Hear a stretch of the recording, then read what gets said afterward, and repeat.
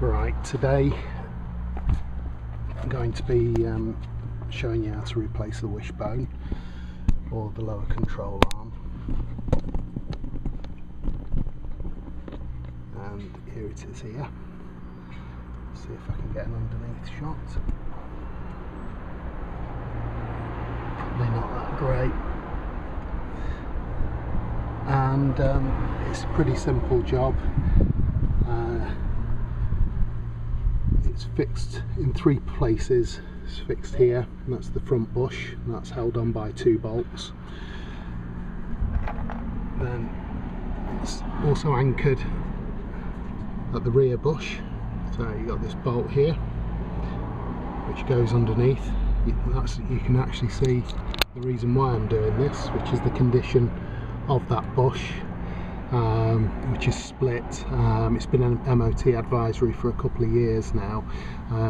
Strangely enough, this year's MOT, it wasn't even an advisory. Obviously this is how it looks when it's being forced down by the shock spring. So obviously when the car's on the ground, there must still be enough rubber in there for it to not play too much, but I've left it long enough, so I'm going to get it done. So that's the second bolt that I'll need to undo there. And then the third bolt, just see if I can get a focus on it. That's it, it's the ball joint bolt just there. I'm going to be using standard tools, pretty standard tools, and just a socket set and an impact driver on some of them. On the driver's side wishbone, everything's pretty much the same.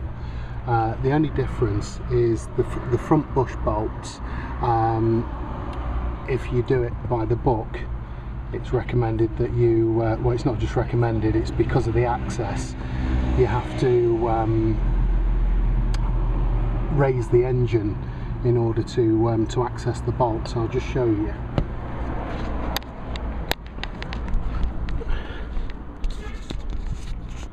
So these are the bolts here. Now if I was to try and show you with a standard socket, yeah, you might get a socket onto that one there, but this one here, because of the sump and because of this bracket for the engine shield, you're really going to struggle.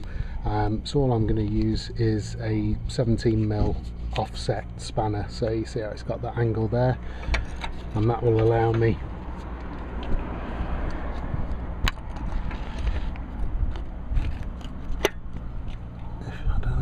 see that. Yeah, there we go. That will allow me, because of the offset, let's just get it on to close up. That will allow me to get a good solid hold on that. Same again on this one. So no, you don't need to raise the engine. The only problem is you can't withdraw the bolts all the way out, so you can't replace the bolts. So obviously that's up to you whether you decide to take that risk, because the standard procedure is that you need to replace these bolts. I'm not going to. That doesn't mean that I'm recommending you don't. You make your own decision on that. Okay. With the impact driver, I'll just be using it really on the ball joint bolt and also the rear bush bolt, just simply for the fact that it just makes the job easier. You can do it with leverage and you know, a breaker bar or whatever. With the ball joint, just trying to see if I can get enough light on it. I'm struggling. Right, just thought I'd show you a better angle for that Torx bit. So yeah, you can see the hole there, so you'd insert a Torx there and use a spanner on that. However, when I use the impact wrench, it turns it with such force that it'll actually whip it off all in one go. So that's why I use it, because it just makes the job easier. So what I'll do, I'll just set the camera up. I've shown you the 3 sets of mountings that I'm going to be undoing, and then talk you through it afterwards.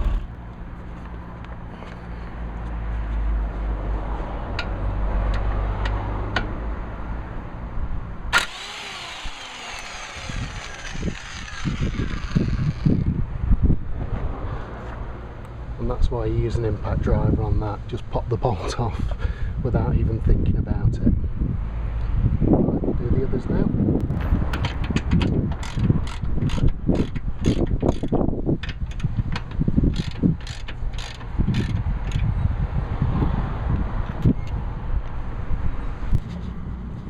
With the rear bolt, all I'm going to do is just use a counter hold 21mm spanner just to hold the knot whilst I undo the bolt from underneath.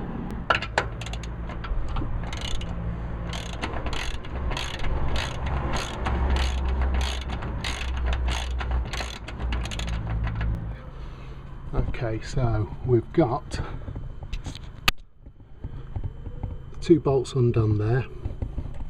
Obviously we did the ball joint one underneath, and now this one's undone, so I'll just move this out of the way. Now when you're getting the wishbone off, people talk about dislocating the drive shaft by undoing the drive shaft bolt here. For me it's completely unnecessary. You're just creating more work for yourself. You've got the worry of the drive shaft dislocating. You have to then find somewhere for it to hang so it doesn't fall out, and there's just no need. So all we're going to do is just undo, there's just too many shadows here, we're just going to undo the track rod end bolt just here. Okay, and then I'm just going to dislocate the track rod end, bring that out, and that will give me all the slack that I need, and the wishbone will basically then just fall off. The track rod end's undone. Obviously all the bolts are undone now, so there's just loads of slack in the system. An alternative way of doing this is leaving these bits bolted on the front and rear bushes, and then levering down the ball joint using a ratchet strap, which is how I'll actually be putting it back on. But this is just an alternative way, not quite as pretty though.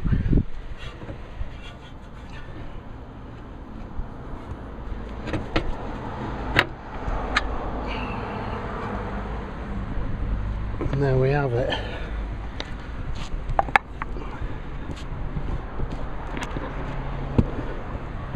One wishbone.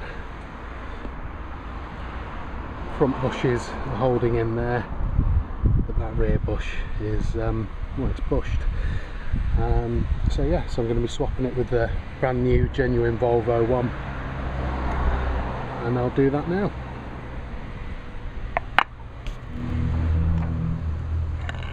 Right, so we've got the old wishbone just there. This is the new one. Genuine Volvo.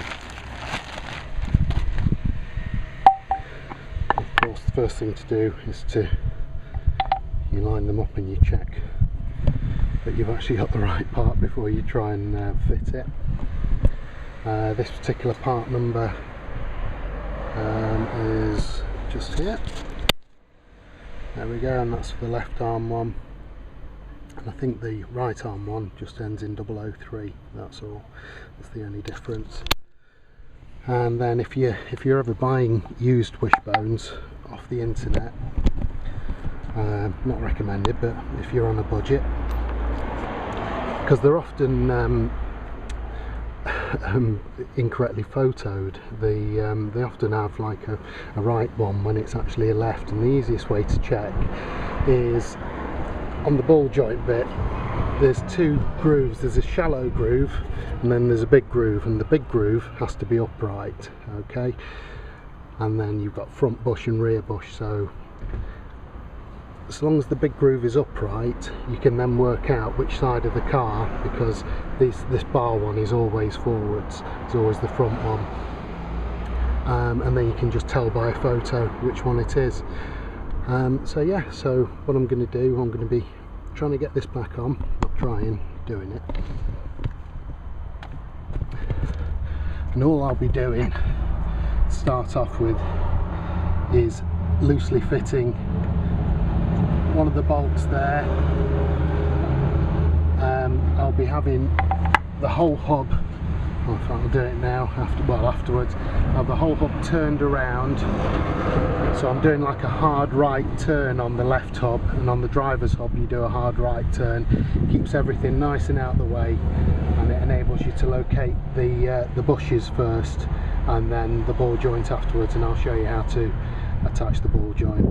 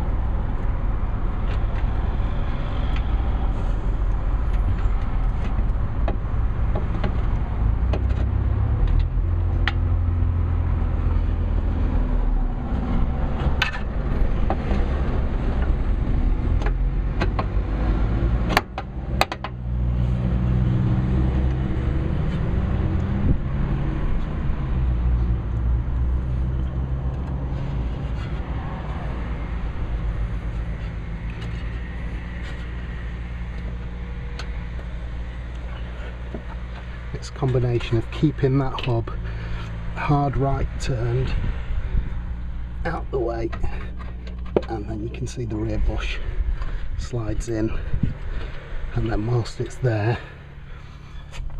before it has a chance to slide back out, you get the whacking grate bolt, shove it back up through. Takes a little bit of lining up.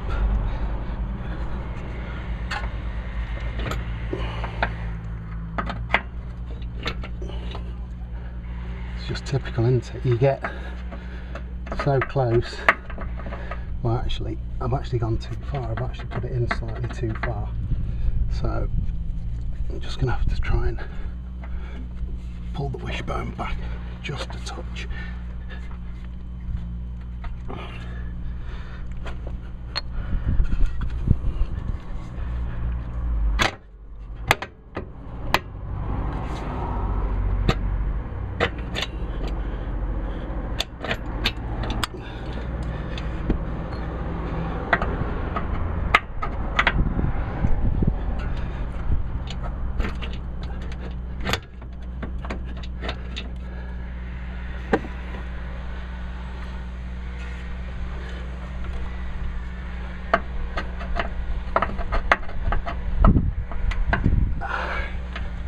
Might just have to move the camera out of the way in just a sec, because it's, see, there's a man there. Feels like, yeah, that's going. There it is.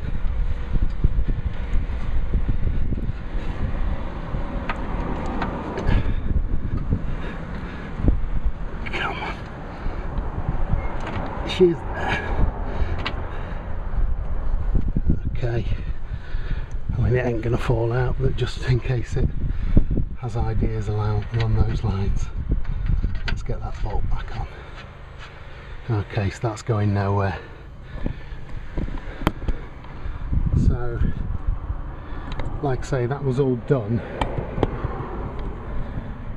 just by having the front bolt located just there, only a tiny bit, just to hold it in place. And now I'll attach the back one, and then I'll show you how to fit the ball joint the easy way. Have you noticed? No drive shaft removal. Okay, so we're getting towards the end now. What I've done is just tighten up the rear bolts and the front bolts. Not full tightness, not full torque, but certainly tight enough so there's no movement in there. He torqued things up very last job. And then we've got the issue of the wishbone just here. As you can see, it's just resting against the boot of the drive shaft. It's only against the rubber though. It's not actually putting undue pressure on the drive shaft, so there's nothing to worry about there. But all I'm going to do now is attach a ratchet strap, which is basically going to pull the wishbone down, and then it'll enable me to engage the ball joint again.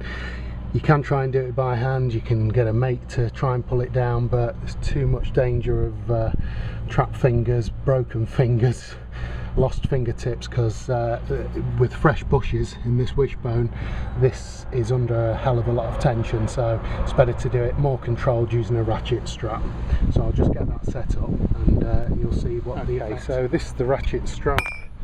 So we've got the main ratchet just here, and then the strap here. So there's two hooks. One hook is going to go under the subframe on the opposite side. Basically I'm going to put it in between the two bushes, just on the subframe lip, just there. See the lip of the subframe? I'm going to hook one there, and then the other end will be on the ratchet, on the wishbone, and then I'll tighten it up and you'll see the wishbone lower, and you'll see how I can then put the ball joint back in place. Okay, so that's the ratchet in place. I'll just keep the tension and then I'll wind it up.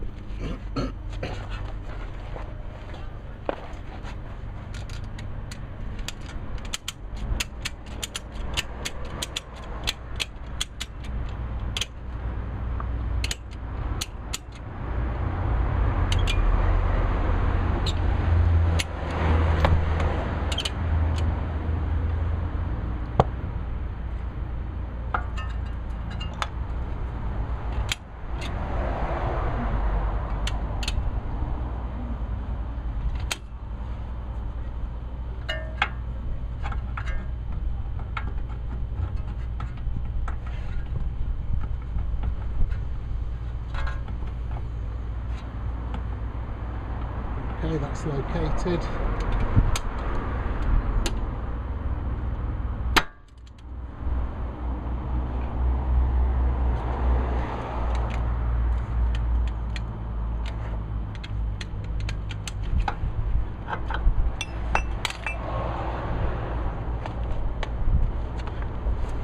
And there we go. Obviously you heard everything snap back in place. All you do is you just roughly line the ball joint bolt up against the hole when it's tensioned back. It only goes in about halfway. There's no point over stressing the bushes. You just get it so it's just enough to manoeuvre the ball joint back in place, release the tension on the strap, and because of the cone shape on the ball joint, it automatically locates, ready for the ball joint nut to be put back in and tightened up. So there we go.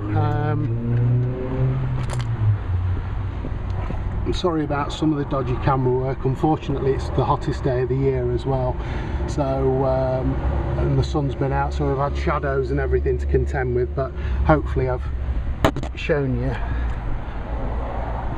a nice, relatively easy way. Terrible camera work, just can't get any decent angles on it, but anyway, I'm showing you a decent way of fitting a wishbone. And now, oh, look at that bush there, lovely, and that will be good for, well, the first one lasted 12 years, so fingers crossed this will last another 12. But there was a couple of bits that I forgot to clarify. They might be blindingly obvious, but I thought I'd better just say, obviously you have to reconnect the track rod end. You didn't see me doing that, and obviously torquing up all the bolts to the correct specification, and from the old wishbone you have to take off the steering stops, okay, and put it onto the new wishbone, and it's just 2 bolts. There we go, there's one, so this tucked underneath there, and it's just a very simple bolt off, bolt back on to your steering limiter, and that's it. I think that really is it. So thanks for watching again.